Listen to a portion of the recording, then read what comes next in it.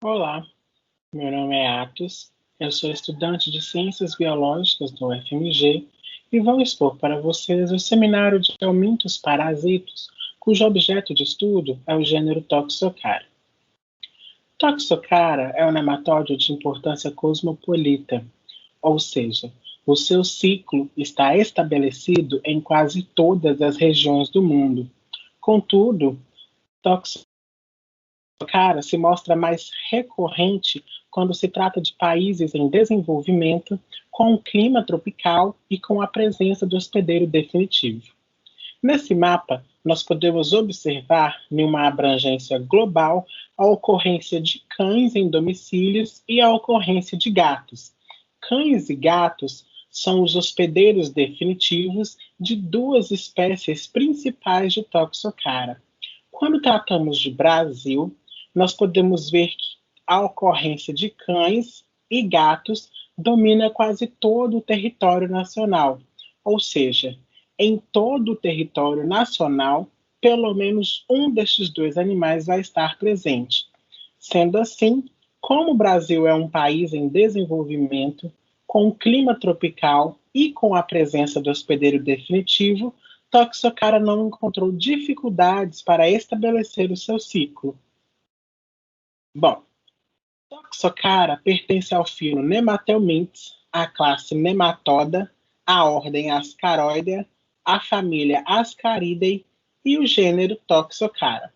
Dentro do gênero Toxocara, existem três espécies que apresentam maior importância médica e veterinária. São Toxocara canis, Toxocara cati e Toxocara vitulorum. Toxocara canis vai ser a espécie responsável por infectar cães, enquanto T. cati é encontrada em gatos e T. vitulorum vai parasitar ruminantes. Mas como se dá a infecção? A infecção ocorre quando o hospedeiro definitivo ingere a larva L3, que é a forma infectante de Toxocara e também é a forma utilizada para o diagnóstico. Nós podemos ver mais detalhadamente essa infecção através da observação do ciclo biológico de Toxocara spp. O ciclo se inicia quando o hospedeiro definitivo libera no ambiente, juntamente com as fezes, ovos não embrionados, que vão ser de Toxocara canis ou Toxocara cati, a depender do hospedeiro. Uma vez no ambiente, o ovo, que antes era não embrionado, vai passar por algumas fases e se desenvolver contendo a larva L3. A larva L3 é a forma infectante e a partir daqui já pode ser ingerida pelo hospedeiro definitivo e realizar infecção. Note comigo aqui nessa seta pontilhada que existe uma forma paralela de infecção que é determinada transplacentária e transmamária. A infecção transplacentária se dá quando a fêmea adulta ingere o ovo contendo a larva L3 e esse ovo vai encistar nos tecidos desta fêmea adulta. E, ao final de uma possível gestação, provavelmente por estímulos hormonais, a larva L3 vai migrar dos tecidos do hospedeiro adulto para o feto, no fígado do feto, no caso. E ali, no fígado do feto, ela vai seguir o seu ciclo normalmente. A transmissão transmamária acontece quando, depois da gestação, após nascerem os filhotes, durante a amamentação, a larva migra dos tecidos da fêmea adulta através do leite para os filhotes e, ao alcançarem o intestino, elas têm sucesso biológico e conseguem completar o seu ciclo. Existe ainda aqui uma outra via de infecção, que é através de hospedeiros paratênicos. Quando um hospedeiro paratênico ingere o ovo contendo a larva L3, a larva vai eclodir e insistar nos tecidos desse hospedeiro paratênico. No hospedeiro paratênico, Toxocara não obtém sucesso evolutivo, ou seja, não se desenvolve em verme adulto e não realiza ovoposição. E a partir daqui, para seguir o seu ciclo biológico, a larva precisa ser ingerida por predação do hospedeiro paratênico pelo hospedeiro definitivo. E é aqui que entra as duas vias principais de infecção humana. O homem, ele vai se infectar pela ingestão direta do ovo através de alimentos mal higienizados ou pela ingestão de carne mal cozida de hospedeiros paratênicos, sendo essa a forma mais tratada na literatura. Esse é um ovo de Toxocara. A partir desse ovo vai eclodir a larva L3, que é a forma infectante. Bom, uma vez dentro do hospedeiro definitivo, a larva vai fazer algumas migrações. Ela é ingerida e sai ativamente do intestino e alcança a corrente sanguínea. Pela corrente sanguínea, ela vai migrar para o pulmão. Do pulmão, ela vai migrar para o esôfago, e aqui no esôfago, a larva vai ser deglutida e retornar ao intestino. Quando retorna ao intestino, ela vai se desenvolver em vermes adultos e realizar ovoposição. Em algumas literaturas, eu encontrei que aqui no pulmão, a larva L3 sofre uma muda, se tornando larva L4. E sai a larva L4 do pulmão para o esôfago, e é a larva L4 que vai se transformar em vermes adultos. Contudo, essa informação não foi unânime em todas as literaturas que eu utilizei. Nessa imagem, nós conseguimos ver um macho de Toxocara e uma fêmea de Toxocara. Nesse caso, Toxocara canis. Nitidamente, nós podemos ver que existe um dimorfismo sexual só pela observação de tamanho. O macho pode apresentar de 4 a 10 centímetros, enquanto a fêmea pode apresentar até cerca de 18 centímetros. Podemos ver que o verme tem um corpo cilíndrico, alongado e afilado. Os 3 lábios, não é possível enxergar nessa imagem, mas a gente vai ver mais à frente. E uma característica interessante é que existe aqui, próximo aos lábios, uma extensão determinada a asas cefálicas. O tubo digestivo é completo e existe uma boca na porção anterior e uma cloaca na porção posterior. Aqui são as asas cefálicas que eu falei com vocês lá atrás, e aqui são os 3 lábios que antecedem a boca. As alterações patológicas, elas são causadas normalmente pela migração da larva no hospedeiro definitivo. No PET, a toxocaríase pode ocasionar um quadro de diarreia, flatulência, distensão abdominal, desidratação, atraso no desenvolvimento, quando tratamos de filhotes, DPOC, que é doença pulmonar obstrutiva crônica, ocasionada pela migração da larva pelo pulmão, eosinofilia, que é o acúmulo de eosinófilos. Eosinófilos são leucócitos envolvidos na resposta imunológica contra o parasito. E, em casos mais severos, com carga parasitárias muito grande, pode ocasionar a morte do animal. No homem, toxocaríase geralmente é assintomática, mas quando apresenta sintomas, ela pode ser diagnosticada de 2 formas, como toxocaríase visceral e toxocaríase ocular.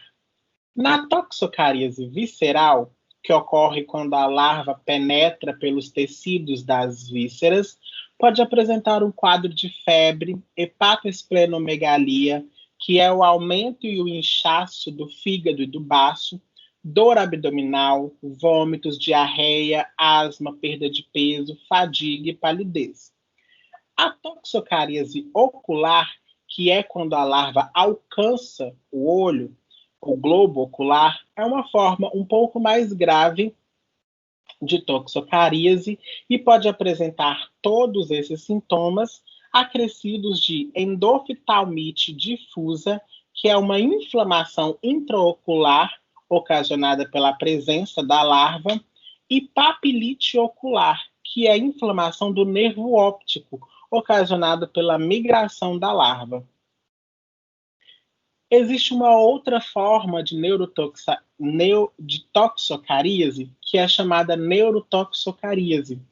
Essa forma é muito mais grave, mas também é muito mais rara. A neurotoxocaríase pode desencadear meningite, encefalite, que é um inchaço do encéfalo, mielite, que é uma inflamação da medula espinhal, vasculite cerebral, que é uma inflamação dos vasos que vão irrigar o cérebro. A vasculite cerebral pode evoluir para vasculite e disseminar-se por todo o corpo. E quadros de convulsões. Toxocaríase cutânea é um quadro que mais aparece na literatura. Ela ocorre quando a larva começa a migrar pela pele do hospedeiro acidental, no caso o homem, e o seu caminho vai deixando rastros. E por isso ela é até chamada de bicho geográfico, porque vai deixando rastros onde passa. Raramente a toxocaríase cutânea se evolui para toxocaríase visceral, porque para evoluir para toxocaríase visceral, a larva precisa atingir a corrente sanguínea e migrar para órgãos e tecidos de maior importância. Normalmente, ao atingir a epiderme, a larva faz uma série de migrações e morre logo depois. O diagnóstico, em geral, é dado pela apresentação clínica, ou seja, pelo estudo dos sintomas que o paciente está apresentando, pela anamnese do paciente, ou seja, uma entrevista com o paciente, tentando buscar possíveis infecções através de hábitos alimentares, hábitos de higiene, contato com hospedeiros, para poder eliminar a toxocaríase ou considerar a toxocaríase. E teste sorológico. Existem alguns problemas no teste sorológico que eu não vou tratar aqui, mas que podem ser discutidos no momento síncrono, se vocês quiserem. O tratamento é feito pela administração de antihelmínticos. Esses antihelmínticos, em sua grande maioria, são albendazol, tiabendazol, mebendazol e são administrados em associação com antialérgicos para mitigar os sintomas apresentados devido à alta resposta inflamatória do sistema imune. A profilaxia, que é a prevenção e o controle, ela basicamente depende do controle e cuidado dos hospedeiros definitivos. Isso vai envolver consultas constantes ao veterinário, educação da população, e aqui educação carrega um peso de responsabilidade social. Por exemplo, ao passear com seus cães e animais de estimação por lugares públicos, em vias públicas, o dono do animal, o dono do pet, deve recolher as fezes que o pet deixar, impedindo que o ciclo de toxocaríase se perpetue caso as fezes desse animal contenham os ovos.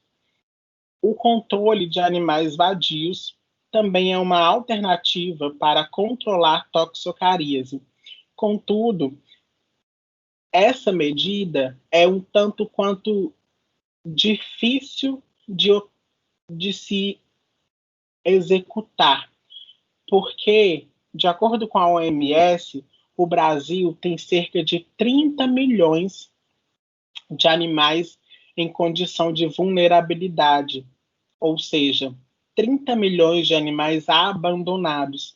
E aqui nós podemos voltar para a educação da população, sendo uma principal fonte de controle e prevenção de toxocaríase.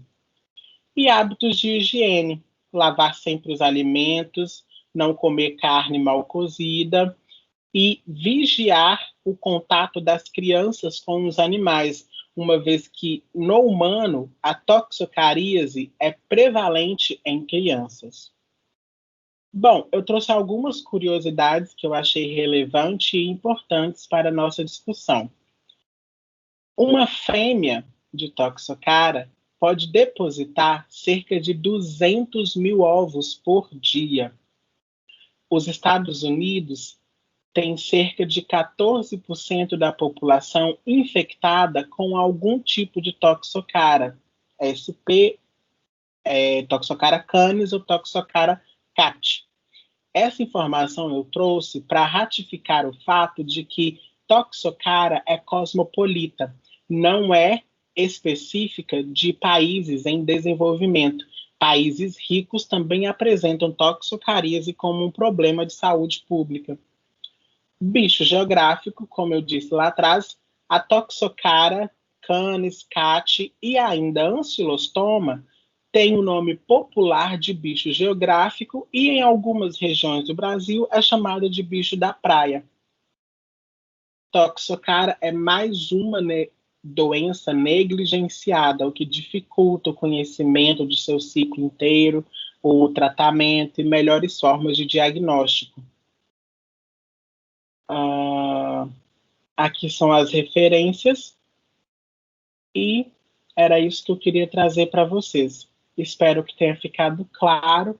O que não ficou claro, eu espero poder esclarecer para vocês no momento síncrono. Muito obrigado.